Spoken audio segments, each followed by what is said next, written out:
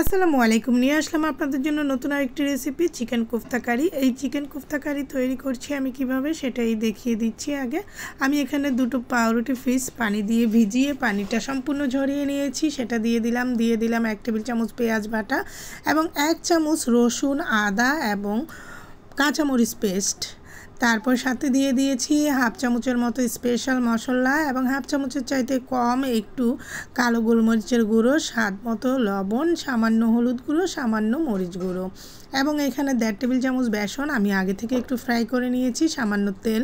তো সম্পূর্ণ বেসন আমি দেইনি, আগে এটাকে আমি মিশিয়ে নিব, যদি প্রয়োজন হয় তারপর আমি বেসন বাকিটুকু দিব। এখানে 1.5 টেবিল চামচ বেসন ফ্রাই করে নেওয়া, ফ্রাই করলে একটা সুন্দর ফ্লেভার ছড়ায়।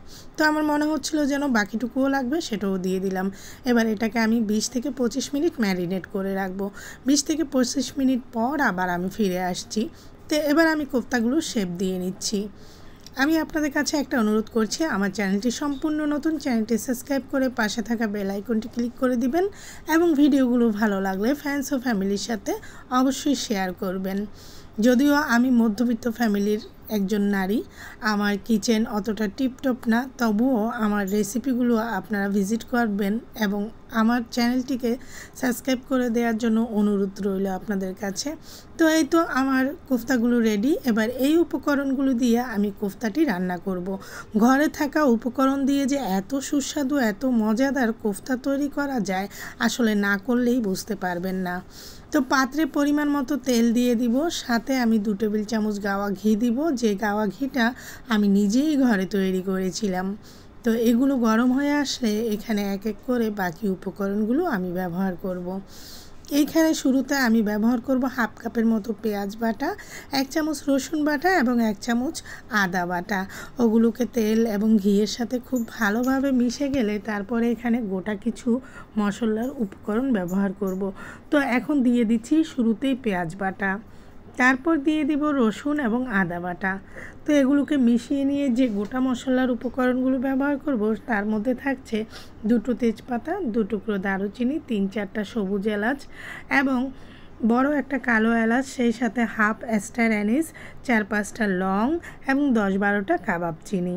এগুলো এই পেঁয়াজ রসুন আদার পেস্টের সাথেই ভেজে নিব, তাতে সুন্দর একটা ফ্লেভার ছড়াবে। আমি যতবার মশলা দিব ততবারই কিন্তু খুব ভালোভাবে কষিয়ে নিব। এতে হবে কি, আপনার কোফতার একটা স্বাদ দ্বিগুণ বেড়ে যাবে। যত মশলাটাকে ভালোভাবে কষাবেন ততই কিন্তু আপনার রান্নার স্বাদ আসবে। আপনাদের কাছে আমার অনুরোধ থাকবে, প্লিজ একবার হলেও আমার চ্যানেলটা ভিজিট করবেন, আপনারা যারা আমার ভিডিওগুলো দেখছেন, এবং আমার রেসিপিগুলো অবশ্যই শেয়ার করবেন ফ্রেন্ডস ও ফ্যামিলির সাথে।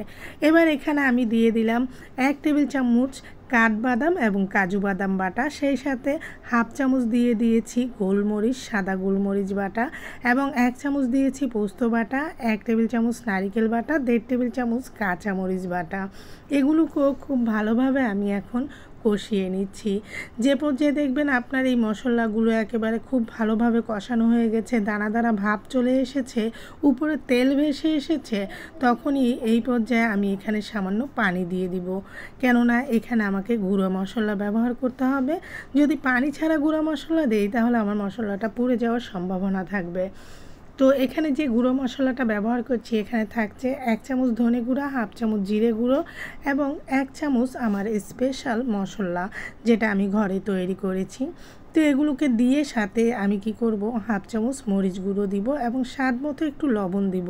যেহেতু আমি কোফতায় লবণ দিয়েছি, অবশ্যই হিসাব করে দিতে হবে। এগুলোকে খুব ভালোভাবে কষিয়ে নিয়ে যখন উপরে একেবারে তেল ভেসে আসবে, সেই মুহূর্তে আমি এখানে দিয়ে দিলাম 1 টেবিল চামচ টমেটো সস এবং 2 টেবিল চামচের মতো টক দই আগে থেকে ফেটিয়ে রেখেছিলাম, সেটাও দিয়ে দিলাম।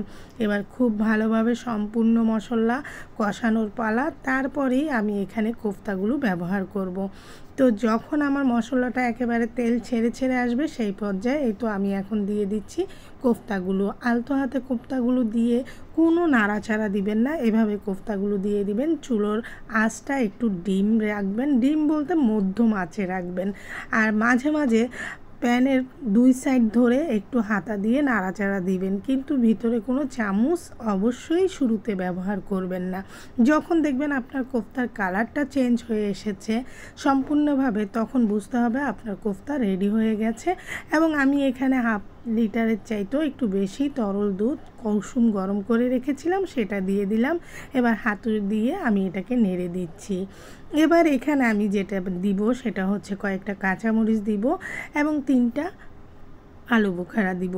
এবার এইটা দিয়ে আমি এটাকে ঢাকনা দিয়ে রান্না করতে থাকবো। ততক্ষণ রান্না করব যতক্ষণ আমার পছন্দ মতো একটা ঝোল মাখো মাখো হয়ে না আসবে। এই পর্যায়ে আমার কোফতা রেডি। এবার উপর থেকে 1 চামচ চিনি দিয়ে আমি 2-1 মিনিটের মতো রেখে নামিয়ে নিব। এরই সাথে রেডি হয়ে গেল আমার চিকেন কোফতা কারি।